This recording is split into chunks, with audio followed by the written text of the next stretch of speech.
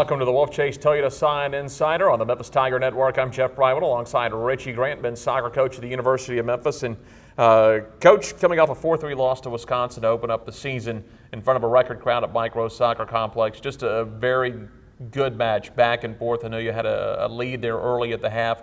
They were able to come back and get the win, but just talk about that game with the Badgers. Now, first of all, welcome back. Of course. The new and improved, the haircut, the fit look. I've seen you working out all summer, so here we go again, another season. There we go. I still haven't recovered from the game. I had to watch it on tape to believe it when I got home. We were up 2-0, which in football they say is the worst lead, and I'd always rather be up 2-0 than 1-0. Right. So there we were at halftime. Similar situation as St. Louis the week before, and I felt like we played really well in the first half. And we started the second half very well. Right from the tip-off, we almost scored. And that maybe could have killed the game off, you know, but it was a big opportunity. But we were on the front foot, and then the game hit a lull. And then there was 14, 15 crazy minutes in our sport, you know, where Wisconsin scored 4, and we scored 1 more in that period, and we missed the penalty in that time as well. So I had every emotion you could think of, but I think the reality of it is now afterwards we're at a better place, because it was, you know, you'd prefer to win those games and learn from them, but sometimes that camouflages some things that you want to improve, and it's made us very aggressive. I know since then our training has been very upbeat and very focused in preparations for Belmont. I was going to mention, you mentioned in that game there was a lull after you had gotten the lead. In the second half, a little bit of a lull before it really kind of got crazy. Yep. You had such a successful preseason coming into it. Maybe use this game kind of as an eye-opener for you. Yeah, and you know, to be honest, it's almost another preseason game. That first game you're not played in. It's there's still some fitness issues. There's some sharpness issues. You have players playing games that haven't played as much football since last fall, you know, so it's really their first time seeing something so competitive in a long amount of time. That's why you like to start the season well. In terms of our performance, I was very pleased, especially the way we started the game.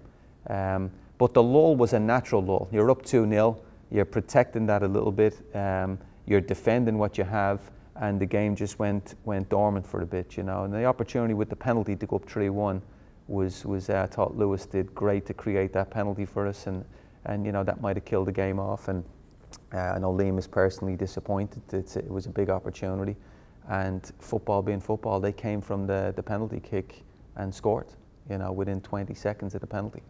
Well, the good thing is you'll be back on the pitch pretty quickly. We'll talk about Belmont in a moment. I mentioned your successful preseason. Let's go back a little bit further than that. A trip to Brazil, some international experience this year. Talk about that experience. That was amazing, and it's been a good foundation for this campaign. I mean, just the reason we went this past year is we had so many returning players, such a good group of older lads, mature lads in the team. So we go down to Sao Paulo and Rio. We watch professional games. We play Santos, which is the home of Pelé. So we played some great games. We stayed at wonderful places. We were completely immersed in a different culture.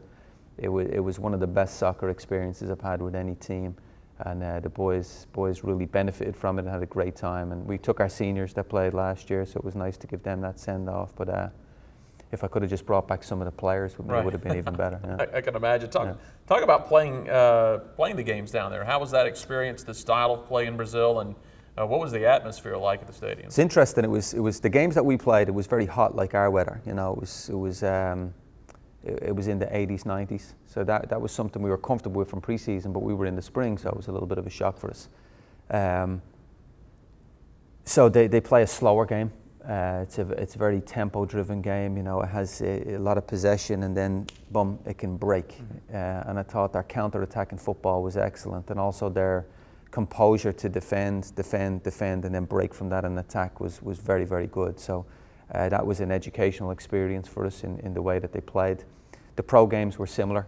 You know, a slower-paced game, but very quick when they broke forward. We saw a game at Santos with Neymar playing against Corinthians, and you know, 16,000, 17,000 people packed in, and a wonderful atmosphere, you know. So between going to the games and watching the highest level in Brazil, and it was at a real peak time because the Copa Libertadores was going on and they were in their regular season.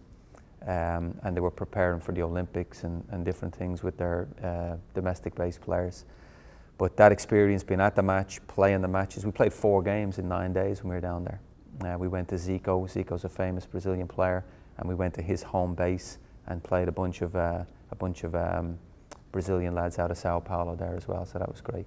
I guess for you personally, it had to be really interesting because obviously growing up in Europe, you've seen the European style, you've coached here in America, seen the style in the U.S., now you've seen the South American style. Yeah, so you've been around all 3 major styles, I guess. Yeah, and it was just super. You know, the game is just the hunger and the passion for the game. You know, where we have basketball courts around the city, they have small soccer fields everywhere. You know, so it's just completely in their blood.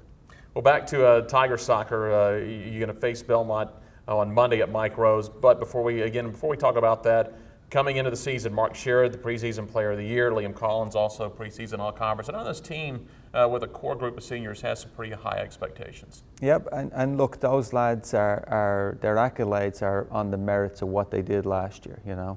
And as we all know in sport, you know, you have to back that up. And Mark has been tremendous. He's coming off a good summer.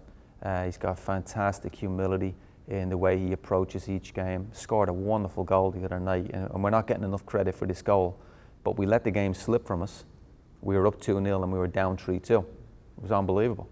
But Mark turned around and scored. Great ball in from Liam and made it 3-3. So he really still has the, you know, he's the heartbeat of the team. He's a very important figure for us up front. What we did is try and strengthen our forwards to give him a little bit more support in that position. And he's been great. Liam has come in. He went up with, to DC United with Will Linder. Got a good experience being around their MLS setting there. And you know, so both of them come in. I think Kaiser has come in as the captain of the team, and he's determined to lead. Jordan Johnson has played since he was a freshman. JJ Greer had an injury through the summer, so that prevented him from playing with Portland. But he, you know, he's getting, that's why I say the first game is tough for some players. He's still getting warmed up into the season, but looks very, very good coming out of camp. So there's a nucleus of older players. There's a returning group that have had big success last year and strengthened by their summer campaigns. So the expectations are high. Tell me a little bit about Belmont Monday. What do you know about Belmont? I know that Belmont are getting better with each passing minute. I have a lot of time for Earl and his staff there, and they're getting stronger and stronger. They're fighting. They lost their conference affiliation with the Atlantic Sun. Right. So they moved into a league that doesn't sponsor men's soccer, so they're independent, but they're playing a heck of a schedule. They're going to play Louisville this weekend. They went down to Missouri. They played Evansville on the road. So very tough. They return a lot of lads. We had a 3-2 game there last year, which was a tough game. And I expect this one to be even tougher this year. Big weekend at Mike Rose. The women are playing a couple matches. You've got the match on Monday. Marketing always does a great job. And those two programs, the men's and women's soccer team, always have a great relationship here. Marketing are doing an amazing job. Our sport is growing.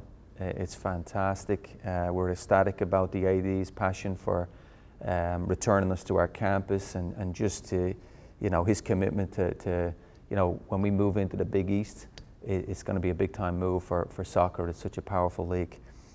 So what Brooks and I have done is we've really tried to get our teams to support one another, which they naturally do. Because my wife coaches the women's team, I have to be at every game with my kids. But they were fantastic. You know, we had the biggest crowd at a home opener in 13 years, and they were very supportive. They cheered us on, they helped us out. It was a great atmosphere there at Mike Rose. We have a crazy guy on the drums now. So we're hoping to reciprocate on Sunday night. We're going to get out for the Oklahoma State game. It is Oklahoma State. Right.